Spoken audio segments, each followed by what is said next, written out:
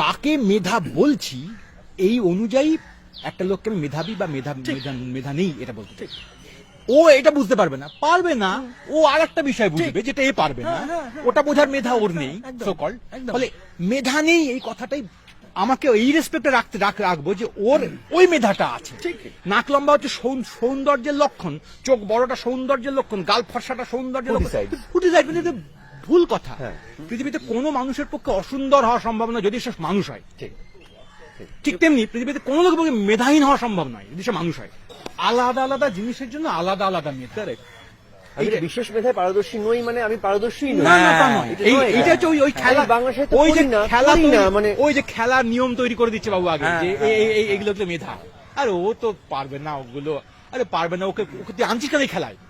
আমি দাবা খেলতে পারি না, আমাকে তুই দাবা খেলায় বসিয়ে বলছি তোমার তুমি বোকা। আজ আমি গান গাইতে পারি, গান গাইতে আয়, তুই দেখ না আমার মেধা আছে কি মেধা নেই। একদম কারেক্ট। ফলে ওই স্ট্রেট জ্যাকেট আরবান এলিটিজম ভয়ঙ্কর। মানে উনি যা মেধাবী না, বাংলাদেশে এইটা পড়োনি, অন্য এলিট।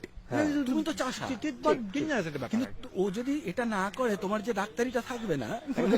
এবারে এটা ইন্টারডিপেন্ডেন্ট একটা বিষয়। এবং আরেকটা কথা, কেউ হঠাৎ করে এখানে মানে খুব ইন্টারেস্টিং, এখানে বায়োলজি চলে আসবে খানিক। আমি জানি এই তর্ক আমি করেছি বহুদিন। হ্যাঁ, সবটা তুমি সমাজের ঘাড়ে চাপিয়ে দিচ্ছ।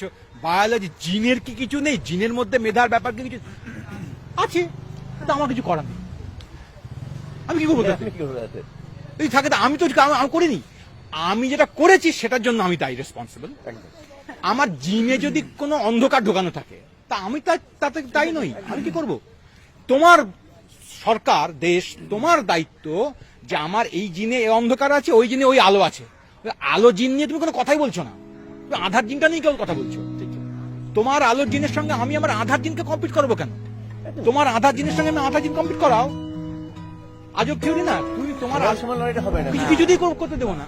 আর যদি জিনে আমার মেধা না থাকে তো ওই মেধা, এটা আমার কোনো দোষ নেই, তার জন্য আমি অসম্মানিত হই। আমার পরিবারে ডায়াবেটিস জেনেটিক, তো কি করবো? আমি কি করতে পারি?